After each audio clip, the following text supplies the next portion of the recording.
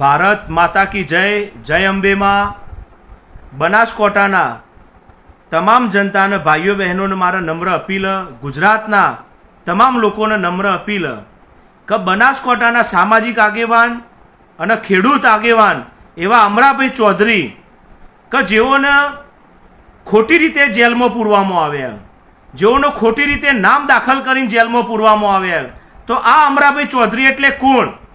તો હું એનો સાક્ષી હું કે જ્યારે 18 દીકરીઓએ લગ્નની નોંધણી કરાવી દીધી હતી અને ઘરેથી ભાગી જવાની એમની તૈયારી હતી, અને જ્યારે મેં અમરાભાઈ ચૌધરીને ફોન કર્યો કે બનાસકાંઠાની અંદર, પાટણ જિલ્લાની અંદર આ 18 દીકરીઓ કદાચ 4-5 દિવસ કે 15 દિવસના અંદર પોતાના ઘરેથી ભાગી જશે અને મા બાપની આબરૂના ધજાગરા ઉડી જશે.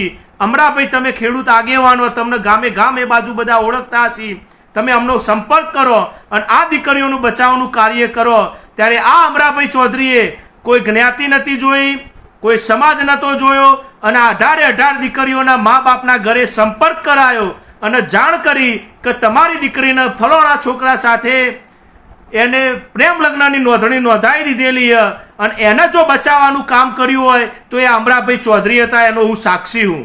ઘણા બધી દીકરીઓના મા બાપને એમના આશીર્વાદ મળ્યા. તો મારી 2 હાથ જોડીને વિનંતી કે જે અમરાભાઈ ચૌધરી આપણા ઘરની આબરૂ બચાવવા માટે લડતા હોય, આપણા દીકરી ના ભાગી જાય એના માટે લડતા હોય, બનાસકાંઠાની અંદર દિયોદર અને સિહોરીમાં પણ એમને રેલી કરી હતી એમની આગેવાનીમાં કે ભાઈ સરકાર મા બાપની સહી લાવે અને મા બાપની સહી વગર લગ્ન ના થાય, મૈત્રી કરારના કાયદામાં ફેરફાર થાય, એનું જો જન અભિયાન ચલાવતા હોય, બીજું જે ખેડૂતોને મુશ્કેલીઓ પડતી હોય, ખેડૂતોને પાણીની મુશ્કેલી પડતી હોય, કોઈ વેપારી છેતરતું હોય, તો આવા અમરાભાઈ ચૌધરીએ પોતાની આગેવાની લઈને પોતાના જીવના જોખમની પરવા કર્યા વગર જ્યારે ન્યાય અપાવવાનું કાર્ય કર્યું હોય, અને જો આવા અમરાભાઈ ચૌધરીને ખોટી રીતે જો જેલમાં પૂરી દેવામાં આવ્યા હોય તો મારી 2 હાથ જોડીને વિનંતી બનાસકાંઠાની જનતાને કે જે અમરાભાઈ ચૌધરીએ જે જ્ઞાતિ, મારા હું જો એ જ્ઞાતિ બોલવા જાઉં ને તો લગભગ 15 થી 20 જ્ઞાતિ સમાજની દીકરીઓને એમને બચાવી હતી એ બાજુની,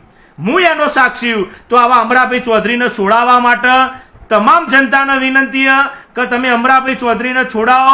તમારા બનાસકાંઠાના સારા સામાજિક અને ખેડૂત આગેવાનો, આવા આગેવાનોને રાજકીય કિન્નાખોરી રાખીને જો જેલમાં પૂરી દેવામાં આવતા હોય તો એ કદી ચલાવી ના લેવાય. અને સરકારને પણ વિનંતી કે જે દીકરીઓને બચાવવા માટે જે આગેવાન નીકળ્યા હોય અને એવાને તમે ખોટી રીતે જો જેલમાં પૂરી દેતા હોય તો સરકાર તમે પણ ચેતજો. આ ભાથીજી મહારાજનો દેશ, વીર વચ્છરાજ દાદાનો આ દેશ, આ ગુજરાતની ધરતીએ કે જેમને બેન દીકરીઓને બચાવવા માટે, ગાયોને બચાવવા માટે પોતાનું બલિદાન આલી દીધું હોય એવી ગુજરાતની ધરતી.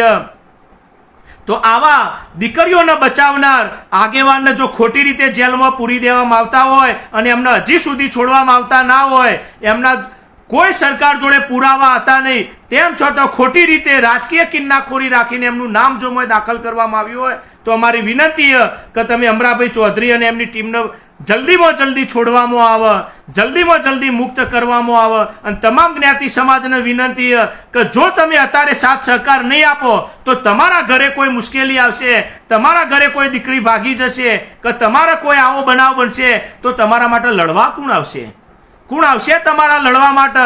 બસ આપણા ઘરે પ્રોબ્લેમ આવે ત્યારે જ આપણે આગેવાનને યાદ કરવાના, પણ કોઈ આગેવાનને મુશ્કેલી આવે, સરકાર એને ખોટી રીતે જો જેલમાં પૂરી દેતી હોય તો એમના વારે પણ આપણે જનતા તરીકે એમના વારે જવાની જરૂર. એટલે 2 હાથ જોડીને વિનંતી કે અમરાભાઈ જલ્દીમાં જલ્દી છૂટે એના પ્રયાસ કરો. અને જો સરકાર પણ જો એમને જલ્દીમાં જલ્દી નહીં છોડે તો એમને પણ ભોગવવું પડશે આવનારી ચૂંટણીઓમાં. એના માટે અમરાભાઈ ચૌધરીને છોડવામાં આવે.